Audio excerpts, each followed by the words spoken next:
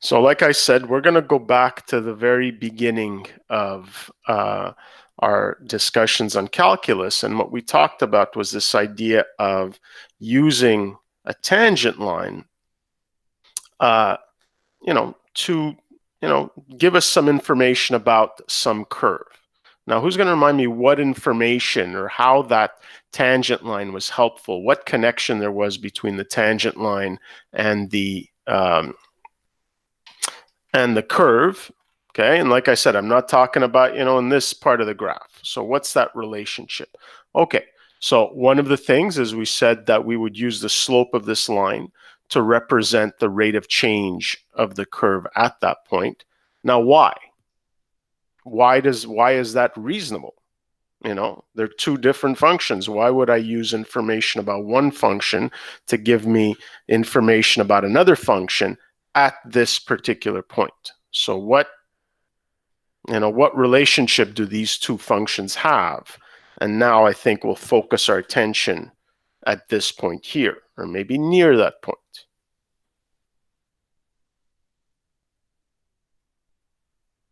So what relationship exists between the function and the tangent line near this point?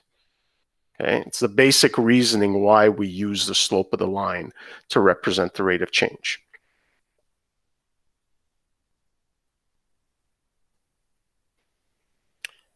Well, let's say we focused our attention really, really closely, maybe zoomed in to this area of the graph. What would we start to see?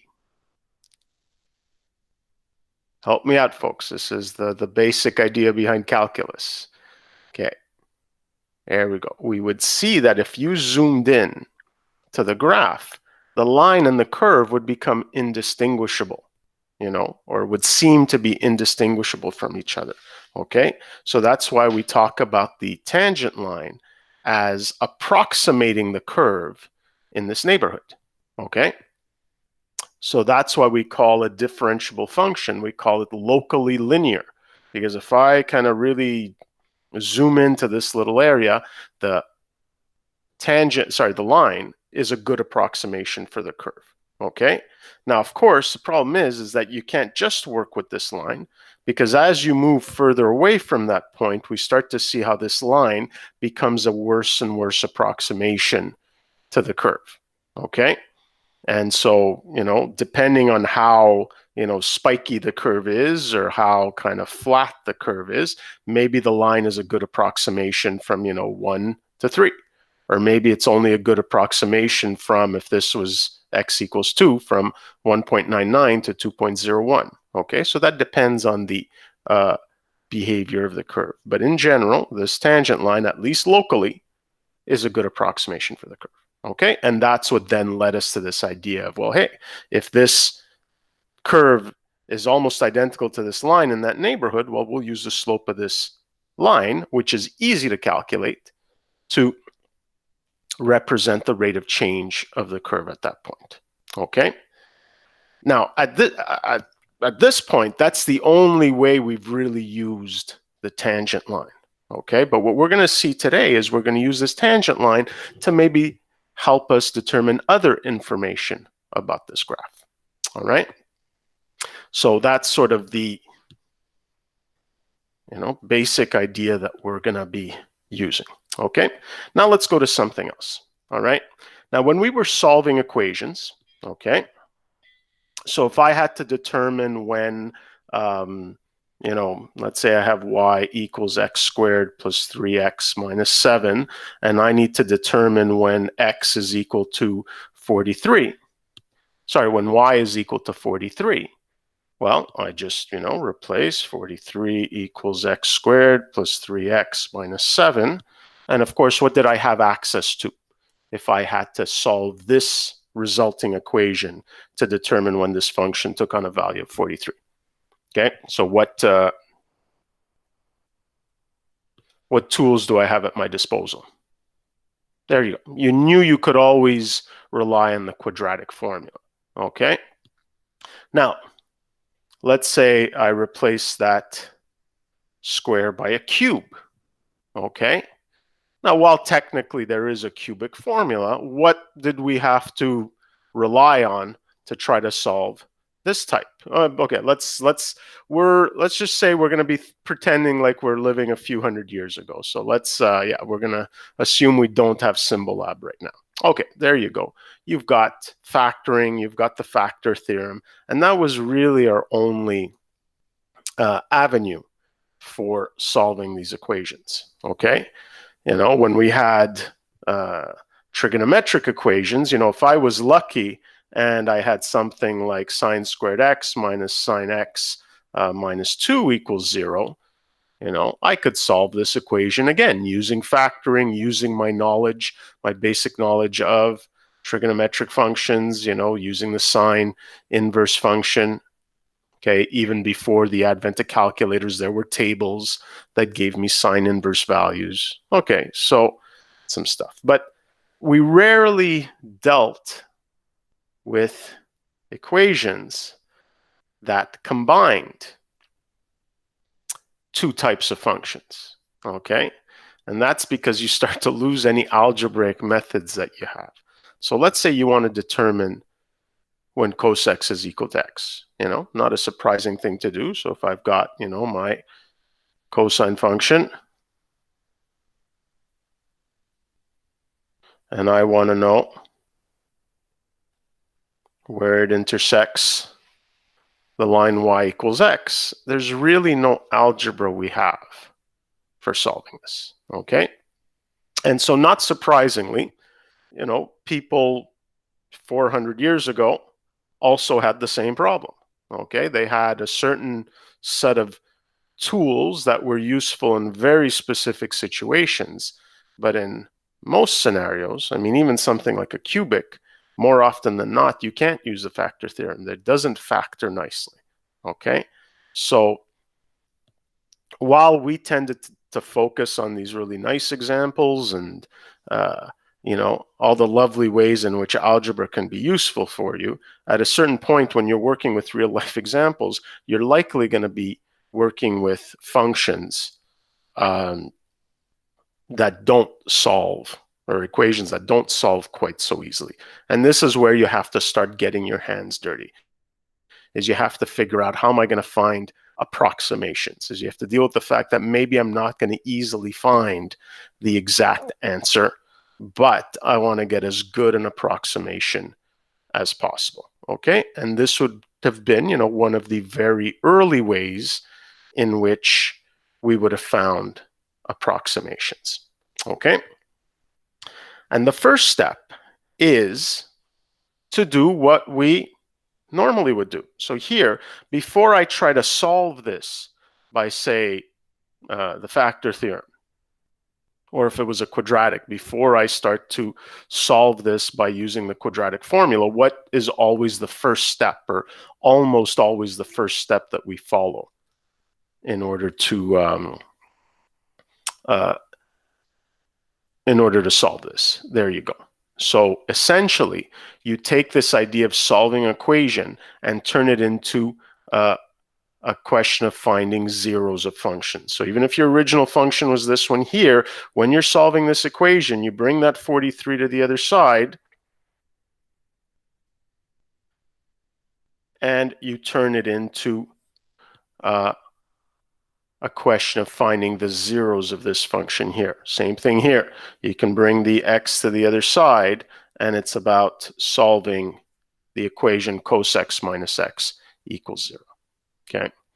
So, by the way, if you had to take a guess as to what this 0 would be, so knowing that the x-intercept here occurs at pi over 2, what would be a reasonable guess as to where these two functions intersect? Okay, so pi over 2 is about 1.57. So, based on my, terrible graph, could you make a guess? Yeah, it might be pi over 4. Okay. Although I suspect that would happen if this was linear. This has a bit of curviness to it, So it might even be, if that's 1.57, maybe is it a little bigger than that? Is it like equal to 1? Is it a little smaller? Is it like 0.75? Okay, now if I draw a more accurate graph, obviously one way of estimating the solutions to these things is to draw a graph, as good a graph as you can, and make your estimate that way. Okay, and not unreasonable, but clearly that's not where we want it to end. Okay, so this is kind of the goal. This is what we're trying to do, is how can we find a more analytical way of guessing the, whether it's an intersection problem or whether we turn it into figuring out the zeros of this function. How can we do something in a more systematic way? All right. So this was the impetus. And well, guess what? I guess in the 1600s, people were using calculus, and 1700s with the advent of calculus, not surprisingly, they tried to find a way to incorporate calculus to solving these problems. Okay, so what we're going to do is come up with a strategy, and then we will cheat and use Desmos to sort of check sort of how it works in practice. Okay, of course, how it would have worked in practice would have been, to do everything by hand. Okay, so let's say I've got some function here, and I want to approximate this X-intercept. Okay, so let's assume this function, whatever it does, it's not necessarily quadratic. It might come back down, who knows? Okay, but at some point, we've got this X-intercept. Okay. Now, if you don't know what that is, one thing you could do is, well, you could guess at where the X-intercept is. Kind of like what we were talking about here, is if I draw kind of a good graph, I could, probably make a reasonable approximation, not to like 3 decimal places, but I can, get a sense of what it would be. Okay. So now I'm going to exaggerate this, because if I did have a good graph, I clearly would not choose the point that I'm picking, but I want to try to use, I want to try to give you a sense of how this works. So in fact, I'm going to draw this just slightly differently to suit, so that the diagram will look a little better.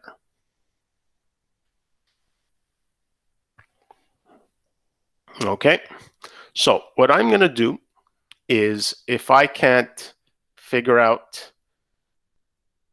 what it is right off the bat, is I'm going to take a guess. Now, ideally, I'm taking an educated guess.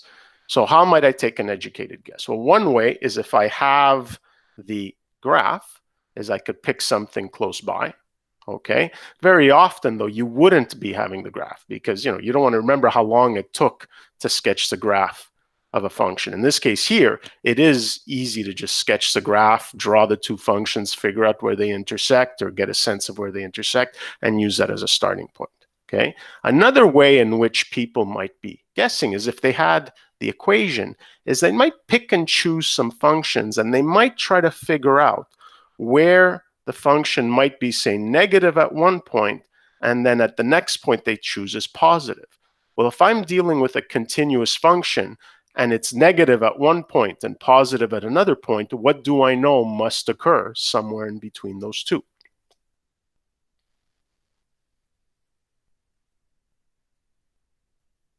At some point, you're going to have an X-intercept. It's going to have to be equal to 0.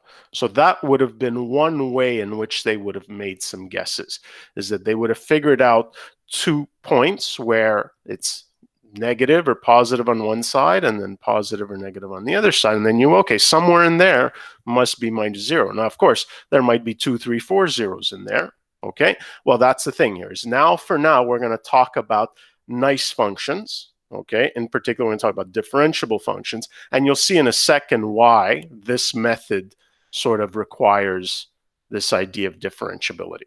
Okay. So, by the way, this method that we're going to use, we're going to see, is not a cure-all. This is not going to give us, every single, it's not going to give us an approximation to any equation. Okay, there are going to be some conditions. Okay, so let's say I choose this point. let me call this x naught as my first guess. Okay, so this number here, let's say I figured out that at this value the function is negative and at that value the function is positive, and so maybe somewhere in between I make that my first guess. So let's take a look here and see, and I might input this into my function and realize, oh, wait a minute, the function is not equal to 0 when I input this first guess. Okay, well, this is a process. Okay, so this is the first step of the process. Okay, I took a guess, and I realized that the y value is not equal to 0. So this is what I do. I said, well, you know what? Let me go to this point here and let me find the tangent to the curve at that point. Okay. Now remember what we said is we said that the tangent to the curve at that point approximates the curve near that point. So can anybody see how I can use this tangent line to maybe get a better approximation? Because what I want you to remember is that finding the x-intercepts of linear functions is very, very easy.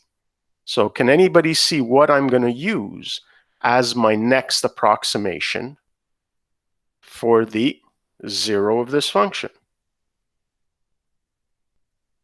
There you go. You say, well, wait a minute. If this tangent line, is a good approximation for the curve near this point, well, let me just use the x-intercept of that line, and this is now going to become my next approximation. And look what happens. Did I get to the 0? Not quite. Did I get closer to the 0? Yes, I did. Okay. So now what I'm going to do is I'm just going to repeat the process. I'm going to now go to this point on the graph, and I'm now going to work with its tangent line. And now when I use this tangent line, look at the x-intercept of that tangent line. It's an even better approximation for the 0. And guess what I do? I just keep doing this over and over and over again till I get closer to the x-intercept. Now you might ask yourself, well, okay, how do I know? If I don't know the x-intercept, how do I know if I'm getting close? Well, if I know and feel fairly secure that this is going to give me better and better approximations, well, maybe x naught was equal to 1. And then x1 was equal to 0.8. And then x2 was equal to 0.751. And then x3 is equal to 0.7508, and then x4 is equal to 0.750746. And can you see what's happening? Is as I'm finding successive approximations, I start to see that certain parts of this start repeating. So let's say I only need 3 decimal places of accuracy. I can see that as I went from x3 to x4, this third decimal place, ended up being the same. 1 with a, and I guess you can approximate it up to 751. Okay, so this is the idea: is you keep using successive tangent lines to get a better and better approximation to the x-intercept of the function. Okay, because the closer the point gets to the actual x-intercept, the better an approximation the tangent line is near that x-intercept. On our first guess, that tangent line, its x-intercept, not the greatest approximation. But already when I got to the second approximation, it was getting fairly close. You can imagine then once I get to the third and the fourth, okay, it's going to get closer and closer and closer. And this idea here, and this is why I called today's meeting Newton, this is what's called Newton's method.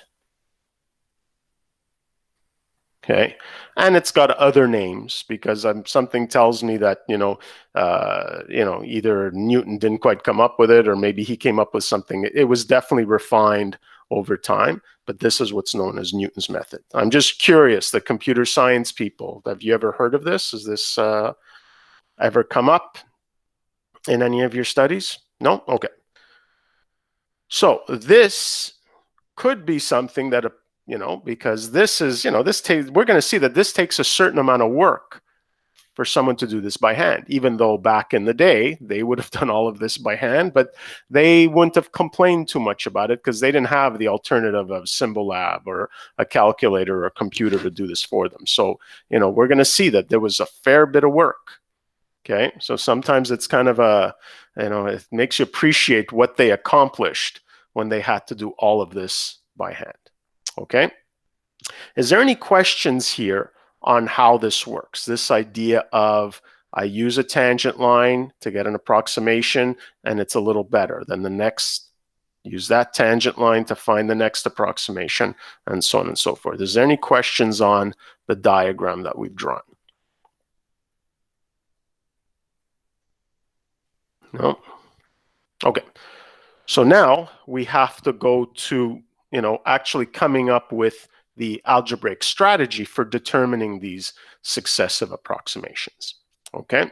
Now, by the way, at this point here, I'll talk about it again later on, but essentially what we're forming here, and now I'm going to make reference finally to something that you did back in grade 11 that we don't really cover too much of it in our course, is this idea of what you're creating here is you're creating a sequence.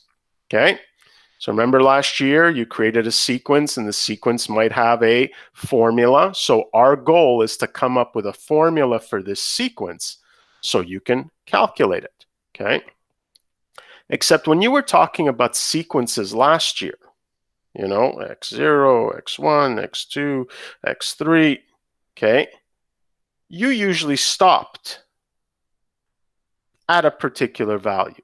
And what you worked with are what we call finite sequences, okay? But what if you allowed yourself to keep going? What if you allowed yourself to, xn plus 1 and so on and so forth? In fact, can you see how I might represent what this sequence might approach as the ends get larger and larger and larger? What type of notation might I use to represent what this sequence of numbers approaches exactly? So yet again, this whole idea of a limiting process and limit notation. Okay, now this is going to be an extreme, and this is also going to come into play with the next enrichment topic that I do. Is what we do is we consider the limit of a sequence as n goes to infinity. Okay, and it can be shown that in many cases, we'll see that there's some issues with Newton's method, that if this is the actual X-intercept, okay, that the limit of this sequence as n gets bigger and bigger and bigger approaches the actual X-intercept. Okay, so that's, this is more for those who are going to go maybe specifically into mathematics. You're going to see that this idea of taking limits of sequences is going to be an extremely important idea.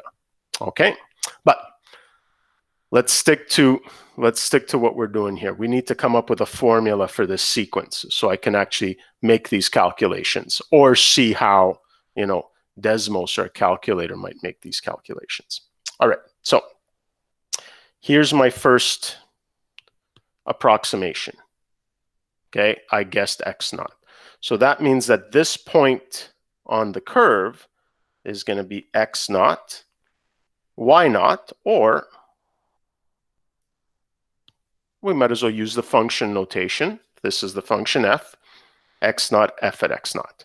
Okay, and what is the slope of this line given by? Don't think too hard. There you go. It's given by the derivative of the function at that point. So the slope of this line is given by f prime at x naught. Okay? Now, I'm hoping if not everybody looked at this earlier on, I'm hoping you did. Okay, but what I'm going to use here to make my life a lot easier is I'm going to use the point slope form of the line. Okay, so let's keep in mind we've got, standard form, which now we know in a different light. Okay, and of course we have slope intercept form, okay, which is the one we used mostly in grade 9. And now this year I asked you to, if you had a chance, to look at what we call point slope form. Okay, so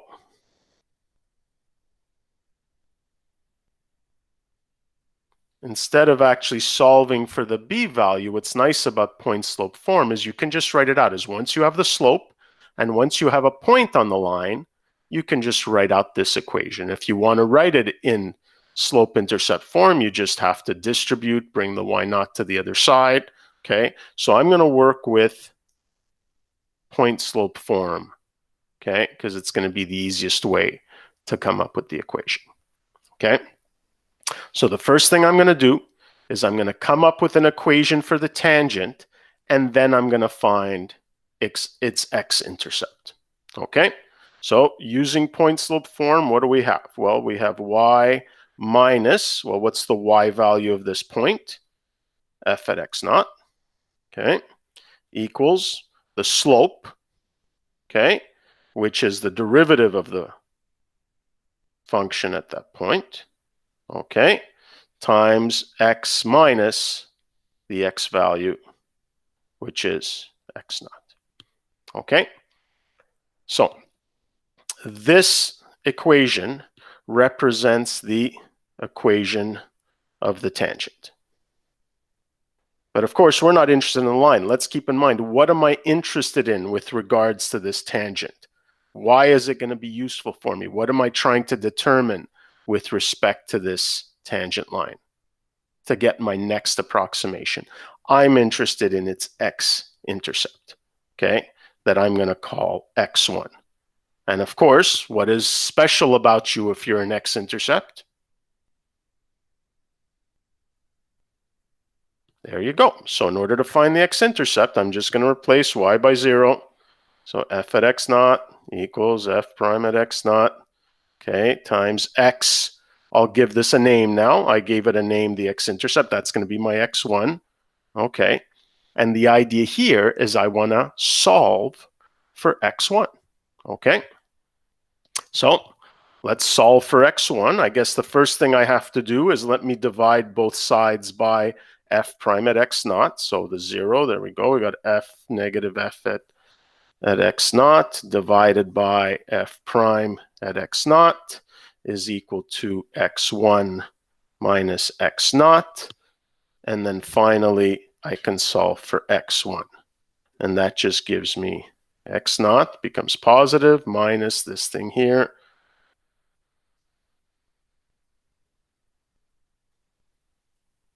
So this now is a formula for my next approximation, okay? Now, take a look at what you're using. You're just using the first guess, the function value, and its derivative, okay? So again here, let's take a look at what we're assuming. We're certainly assuming that the function has to be differentiable there, okay?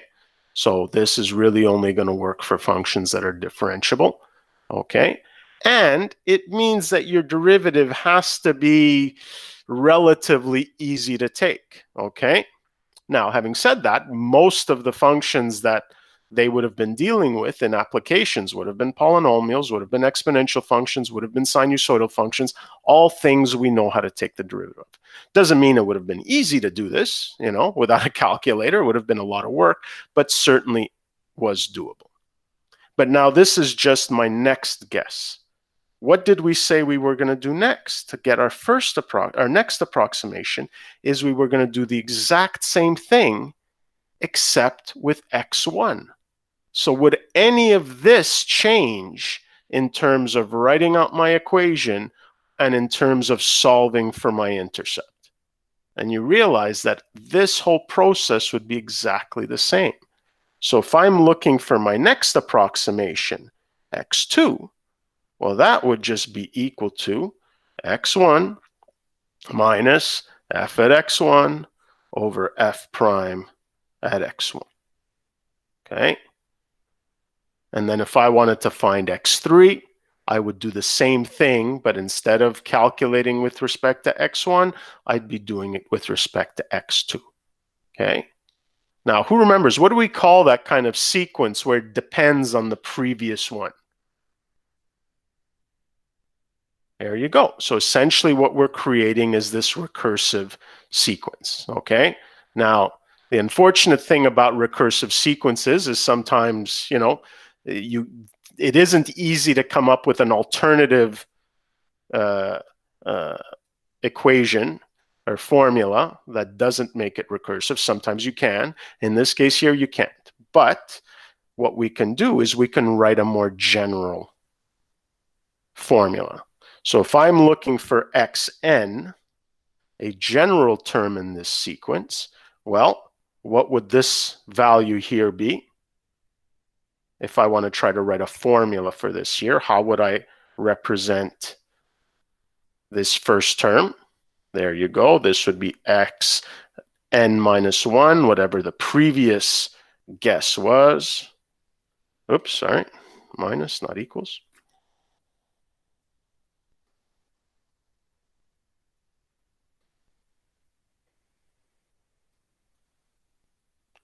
And this is the formula for Newton's method, okay? And you just keep going. So if you need it to 2 decimal places, you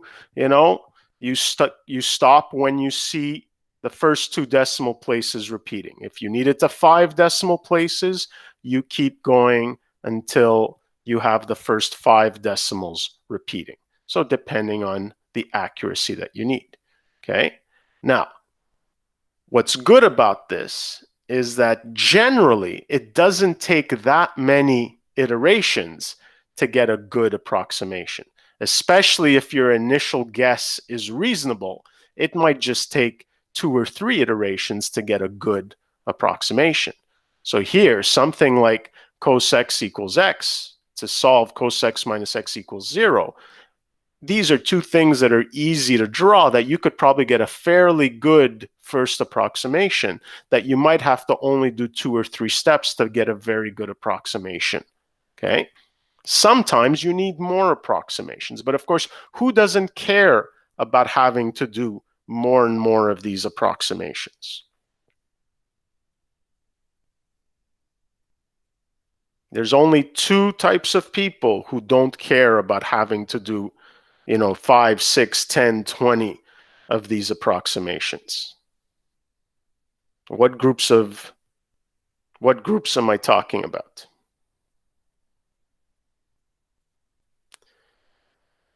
Definitely not engineers.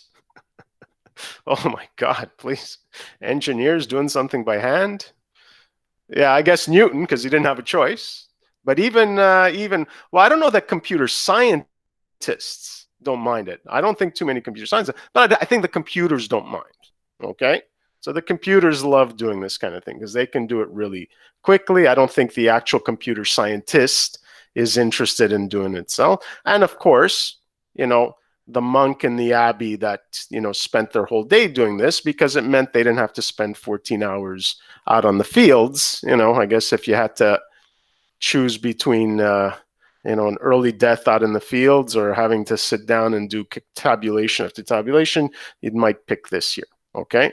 So you can use this as a way to solve, as an equation solver, which is why I was saying sometimes this would be, a good, probably a fairly easy computer program that you might write to write a program that uses Newton's method to find zeros, okay?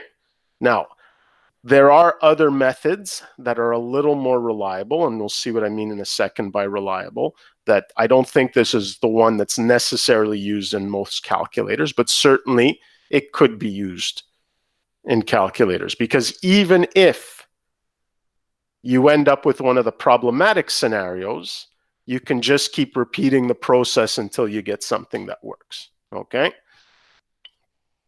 So this is one way in which a computer, a calculator could determine zeros. Okay, so what I did is I did prepare a couple of examples on, because of course I don't really feel like doing this by hand. And if we had, time, if I was teaching this as part of the curriculum, I'd probably force you to do at least one or two by hand.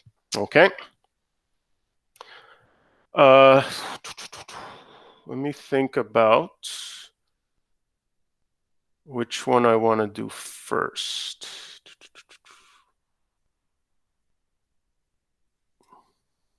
Yeah, I think I'll do this one first because it's going to allow me to show you one of the problems that can occur. Okay. So here's this function. I want to calculate. Is this the one that's going to work, or is it this one? Hold on. Just give me a second. Now I'm forgetting my... No, it must be this one here.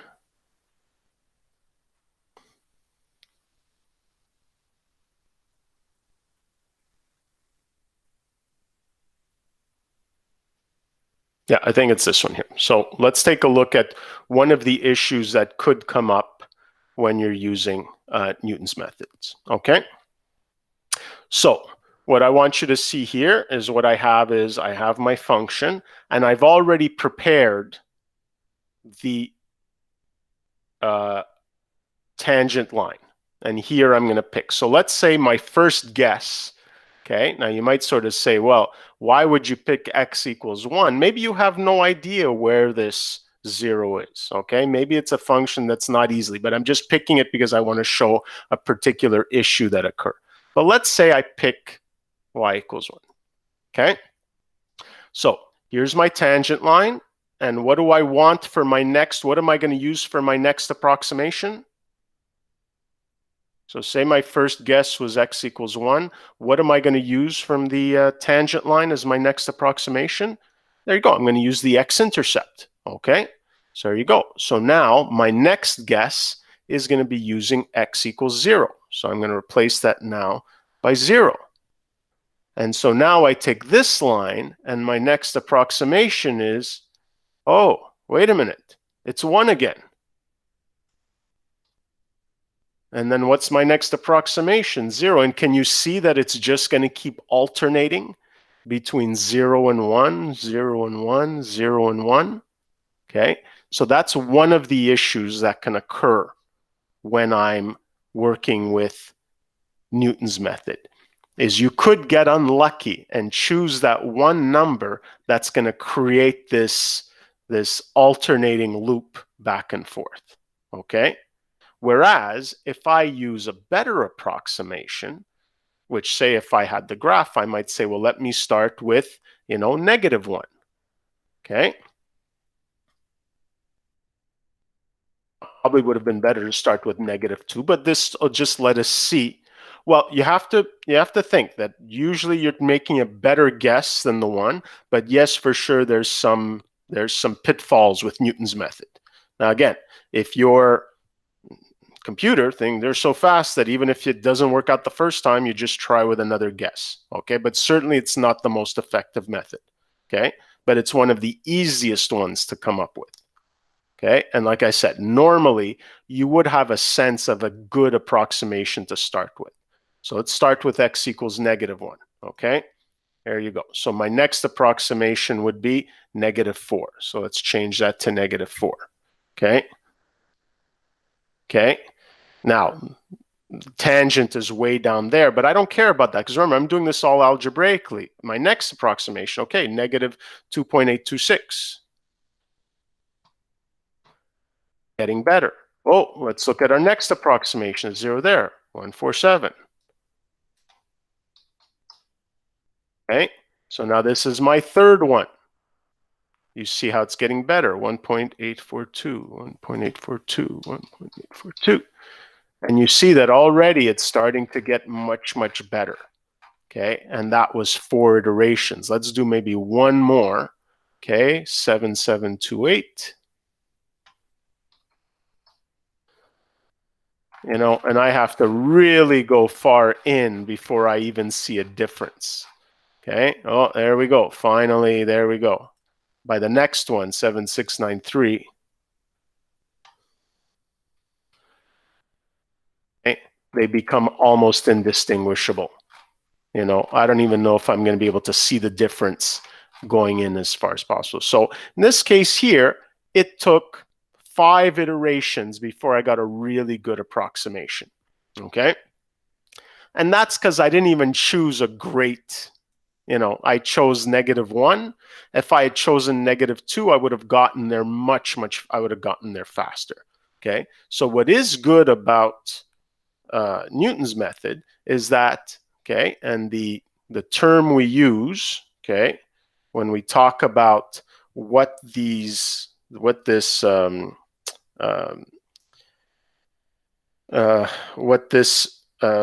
sequence approaches, we say it converges to this number, okay?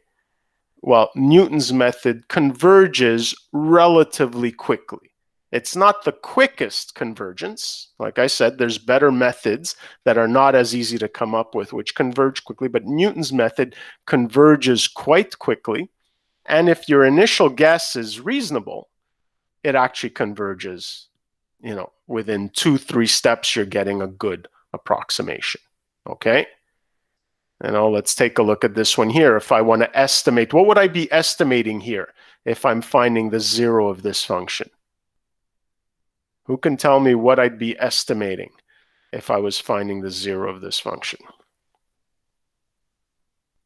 The one at the top here.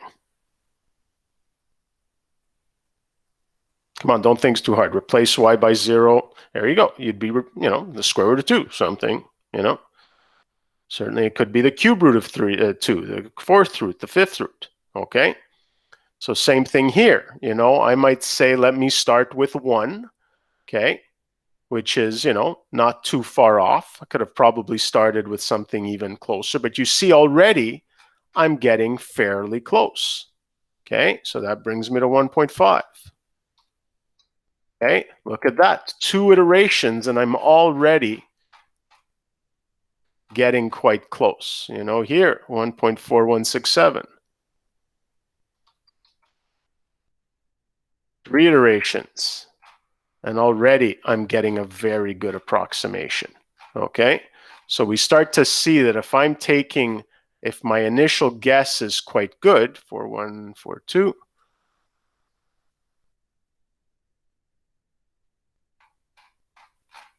there you go, almost indistinguishable. 3 iterations, okay? So if I make a good guess, I can get a good answer, and I can get it quickly. Because that's the other thing, is to have something that works but takes many, many steps to do. Well, that's not so quite so great. But Newton's method works quite nicely. Okay. Another thing that obviously could go wrong is, can you see one approximation that I would want to try to avoid because it's going to stop the process right away? It's going to make it useless right from the beginning. What if you accidentally, because again, we're assuming we have the graph. Very often you might not, or you've got an accurate graph. What if you accidentally pick a value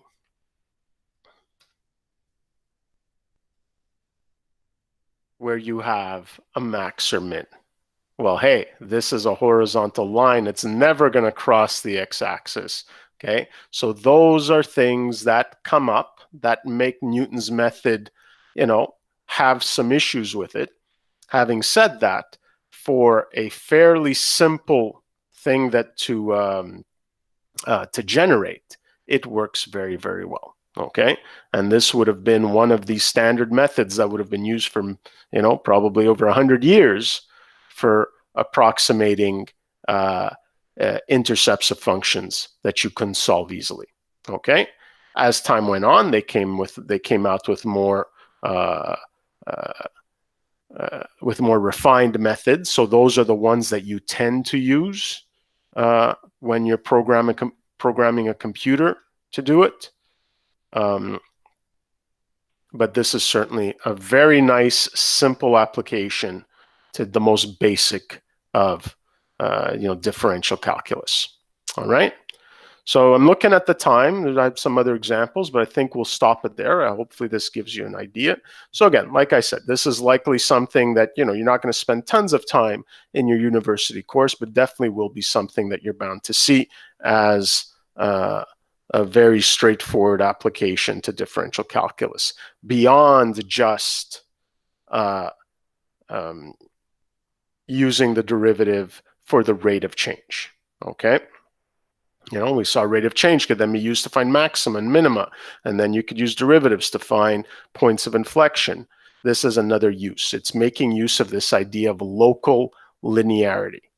Okay. Now, what I'm going to end off with is I already have an idea of what I'm going to do for the next enrichment topic, and as nice as local linearity is, we're seeing that, the tangent, this linear function, is only a good approximation for the curve, okay, in a, small neighborhood of that curve, okay? In this case here, as soon as I start extending it, in this case here to find an X-intercept, it loses its, unless I'm very, very close, loses its accuracy. I have to kind of perform this process several times to get a good approximation, okay? What we're going to look at next time is how can we expand this idea of approximating a more complex function with a simpler function. And that is one of the most important things that calculus gives us.